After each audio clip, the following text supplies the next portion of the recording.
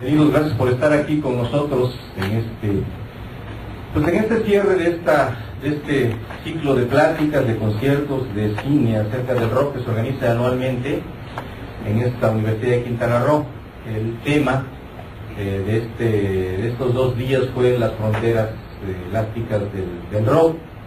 Y bueno, sobre eso sobre el rock, términos muy amplios, muy generales, va a hablar nuestro invitado de esta noche.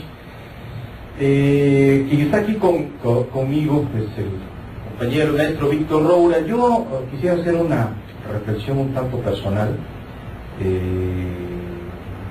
para poder dar cuenta de lo que significa Víctor Roura en el ámbito del periodismo. Algunos lo restringen al periodismo cultural, en algún momento anterior estuvo restringido a lo que sería el periodismo musical en este país y más en concretito al que se refería a hacer periodismo en torno al rock. Yo recuerdo a fines de la década de los 70 saliendo de la universidad me encontré con uno era seguidor en aquel entonces, no puede negar la cruz de su parroquia, no puede negar que es generación de medio siglo. Uno era lector de revistas de rock, y las únicas revistas de rock importantes que uno podía conseguir eran las que se robaba las que yo me robaba en una importadora de libros y revistas que había en la ciudad de Veracruz, y me robaba el Rolling Stone, ¿sí? Me robaba el Rolling Stone y era como la Biblia para mí, ¿no? Yo no tenía ningún referente en aquel entonces que pudiera considerar importante en el terreno de la crítica musical, del periodismo, que tuviera que ver con la música en términos generales. Como vengo de familia musiquera, mi papá compraba el downbeat, entonces bueno, había una vertiente jazzística por ahí originaria. Resulta que un día me encuentro con una revista en un puesto de periódico que se llamaba Melodía y Diseños, y ahí desde entonces fue un referente importante y una serie de encuentros y desencuentros con Víctor Roura. Víctor Roura hizo quizá para mí la revista, más bien una publicación,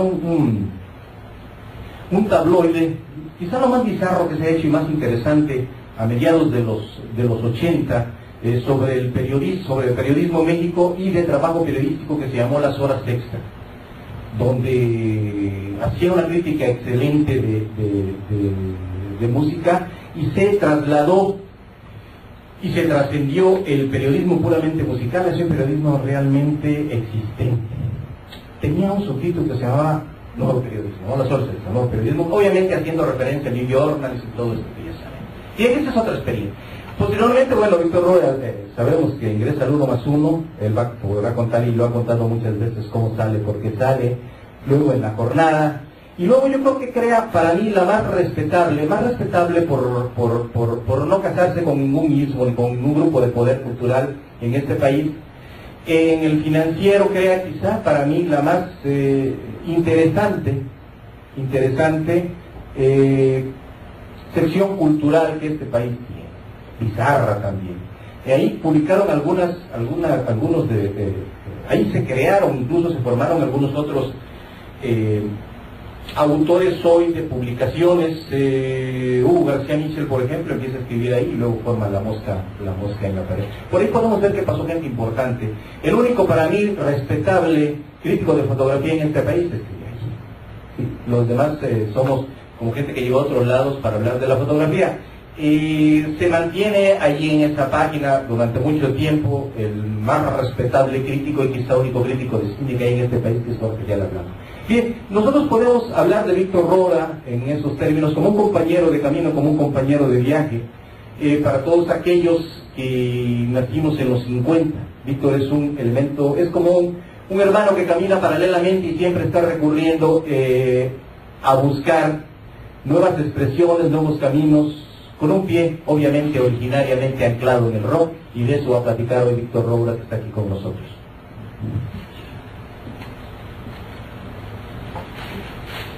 Bueno,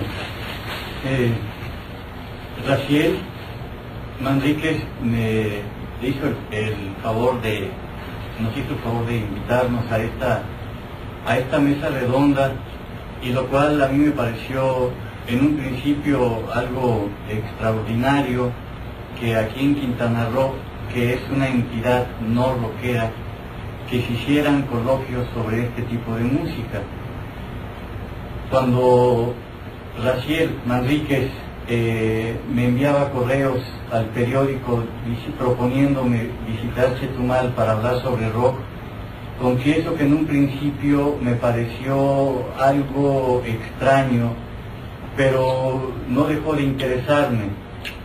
La insistencia y la persistencia de Raciel me hicieron que le contestara, y a la vez mantuvimos un diálogo en donde él me planteó en pocas palabras lo que se proponía, y a mí me pareció muy interesante, sobre todo por la idea de hablar sobre una música que finalmente tuvo muchísima importancia en lo que está sucediendo, y lo dije correctamente, tuvo su importancia en lo que está sucediendo, porque el rock para los jóvenes quizás no signifique gran cosa, pero gracias a lo que se hizo en un momento dado en el mundo, es por lo que los jóvenes hoy viven en libertad, por decirlo de algún modo. Y hablar sobre estas situaciones yo creo que nos puede aproximar a un poco, aproximarnos, valga la redundancia, acerca de qué es lo que nos rodea, nuestro entorno, por dónde estamos, cuál es la cultura, por dónde están las políticas de la cultura, etcétera. Así que dije que sí, y lo cual lo agradezco para poder platicar un poco acerca de esto. Como el coloquio se llama la elasticidad del rock, yo escribí un poco sobre esto y después me gustaría platicar con ustedes, si lo permiten, un poco más acerca de esto. Bueno, el rock es efectivamente tan elástico que hoy lo interpretan Luis Miguel y Juan Gabriel, dos personajes tan ajenos a la rockería que la misma música ya no sabe si tuviera voz, porque quienes la hacen son los que le otorgan la voz, por supuesto. ¿Dónde está su identidad? Porque ahora resulta, en un afán de mercadotecnia cosmopolita, que Shakira y Thalía también son rockeras, y aparecen ambas vertidas en el Rolling Stone, un viejo periódico supuestamente rockero, como las grandes divas de este género moderno.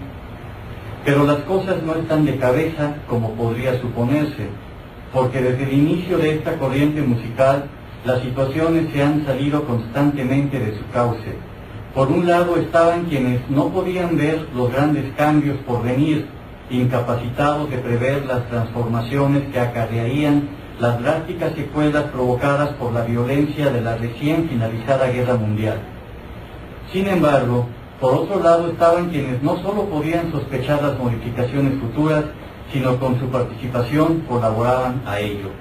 Quizás la culpa de todo este enredo la tenga el mismísimo Alan Freed, a quien en 1951 se le ocurriera denominar rock and roll al blues de los negros con la intención de blanquear a esta alterada música para poderla fácilmente comercializar.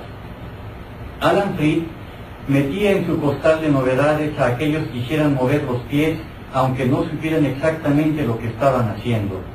6 meses después de que Freed muriera abandonado, calumniado y acusado de soborno, Bob Dylan se presentaba en Newport, abriendo así, tras los sucesivos fallidos intentos de Freed, el periodo de los grandes festivales de rock. Fue aquel 25 de julio de 1965 la primera fiesta multitudinaria de la historia que reunió a 80.000